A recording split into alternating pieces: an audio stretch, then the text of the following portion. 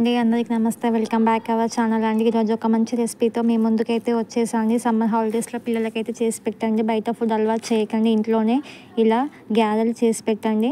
మనకి దానికి కావాల్సినవి ఒకసారి అయితే చూసుకుందాము. మనం ఫస్ట్గా అయితే రేషన్ షాప్ బియ్యం అయితే తీసుకోవాలంటే 2 kgs రేషన్ షాప్ బియ్యం అయితే ఏమీ లేకుండా, అందులో రాళ్ళు గిట్లా ఏం లేకుండా నీట్గా కడిగి పక్కకైతే పెట్టుకోవాలండి ఏరి. తర్వాత మనం పిండిని మాత్రం ఇలా మెత్తగా రుబ్బించుకోవాలి. మెత్తగా అయితే ఇలా మనం పిండి పట్టించుకోవాలండి. తర్వాత మనం అందులోకి జీలకర్ర అయితే వేసుకోవాలండి. తగినంత జీలకర్ర అయితే వేసుకోండి. తర్వాత మనం కొన్ని నువ్వులు అయితే వేసుకోవాలండి. కొన్ని తక్కువ కావాలంటే మనం తక్కువ వేసుకోవచ్చు. సో ఎక్కువ కావాలంటే కూడా ఎక్కువ యాడ్ చేసుకోవచ్చు అండి. మనం నువ్వులు జీలకర్ర అయితే అందులో పిండిలో అయితే వేసేసుకోవాలి.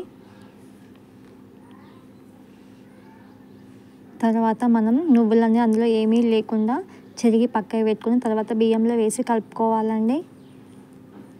తర్వాత ఈ మూడింటిని వేసిన తర్వాత ఒకసారి అయితే మంచిగా బియ్యం పిండిలో కలిసేటట్టు ఒకసారి మొత్తం అన్నీ కలపాలి.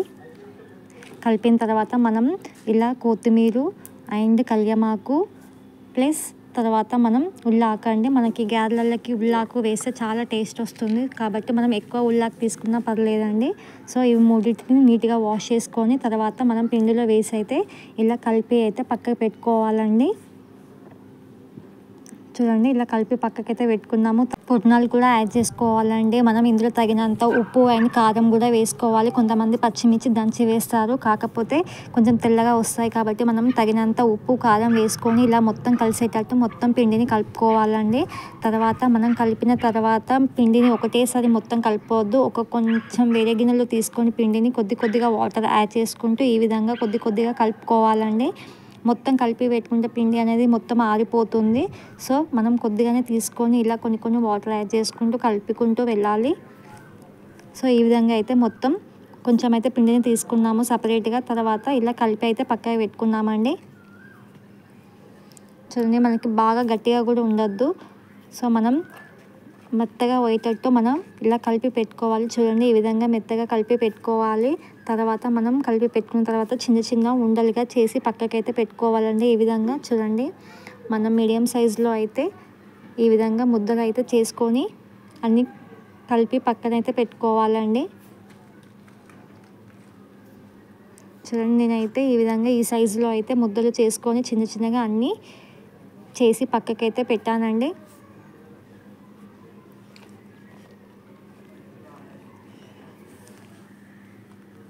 చూడండి ఫ్రెండ్స్, మా మమ్మీ అయితే చిన్నగా ముద్దలు అయితే చేస్తుంది.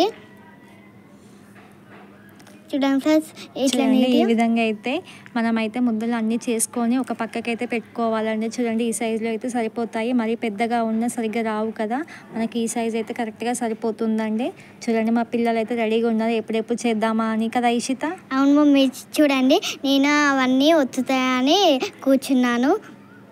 మా ఇష్టతో పాటు మా మోక్ష కూడా పక్కకు కూర్చొని నేను ఒత్తుతా అని చేస్తుందండి. ఆమెకి ఇట్లా చేయడం చాలా ఇష్టం అండి, అందుకే చేస్తుంది. తర్వాత మనం ఒక పేపర్లో తీసుకొని పేపర్ మీద ఆయిల్ రాసుకుంటూ ఒక ముద్దని ఇలా పెట్టుకొని మనం ప్రెస్సింగ్ చేసుకోవాలండి. ఈ విధంగా ఈ సైజులో వచ్చేటట్టు మనం గ్యారెలను అన్నిటినీ ఇలా ఒత్తుకొని పక్కకు పెట్టుకోవాలండి. ఒక కాటన్ క్లాత్ మీద వేసుకోవాలి. మనం చాలా చేసి తర్వాత కాల్చొద్దండి. ఇలా కొన్ని చేసుకుంటూ వెంటనే కాల్స్తే మనకు గ్యారెలు అనేది మంచిగా పొంగి టేస్ట్ భలే వస్తాయండి. మనం ఒకటేసారి మొత్తం చేశాక అన్నీ కాలుస్తే మాత్రం గ్యారెలు అనేది గట్టిగా అయిపోతాయండి. టేస్ట్ ఎక్కువ ఉండదు, ఎక్కువ పొంగవు. సో ఇలా అయితే టేస్ట్ బాగుంటే మనం వెంటనే చేస్తూ వెంటనే కాలుస్తే మనకి మంచిగా వస్తాయండి. సో అదేవిధంగా మేము కూడా వెంటనే చేస్తూ వెంటనే కాలుస్తున్నామండి. ఎక్కువ చేసి పక్కకైతే పెట్టుకోలేదు. కొన్ని సైజులో కొన్ని అయితే చేసి పక్కకైతే పెట్టుకున్నాము. చూడండి ఒకటైతే నిండిపోయింది మాకు చిన్నది. సో తర్వాత మేమైతే మిగతాయి కూడా ఒత్తడం స్టార్ట్ చేసామండి. మనకైతే సగం అయితే అయిపోయాయి. చూడండి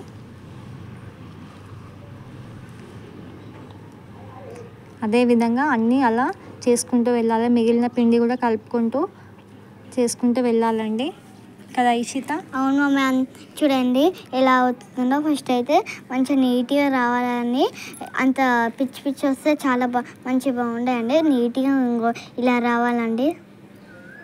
మా ఇషిత కూడా చాలా చేసిందండి మంచిగా, ఆమెకి ఇష్టం ఇలా చేయడం.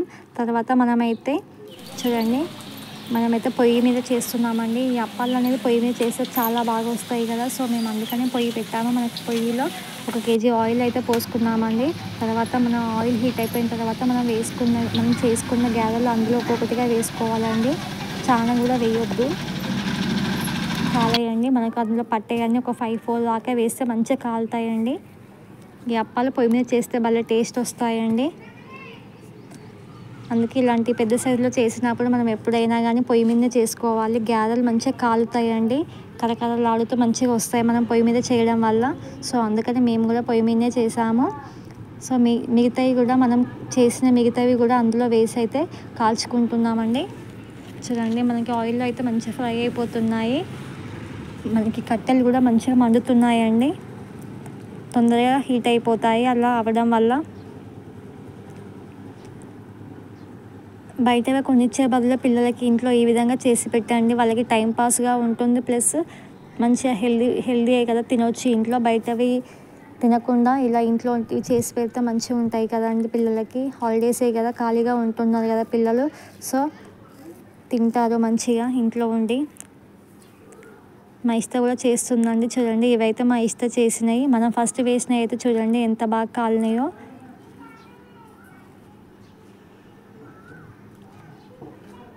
మనం చూడండి, మా ఇషిత చేసినవి అయితే ఇప్పుడు మనమైతే ఆయిల్లో అయితే వేసామండి. మంచి ఫ్రై అవుతున్నాయి, మనకి పొయ్యి కూడా మంచిగా మండుతుందండి.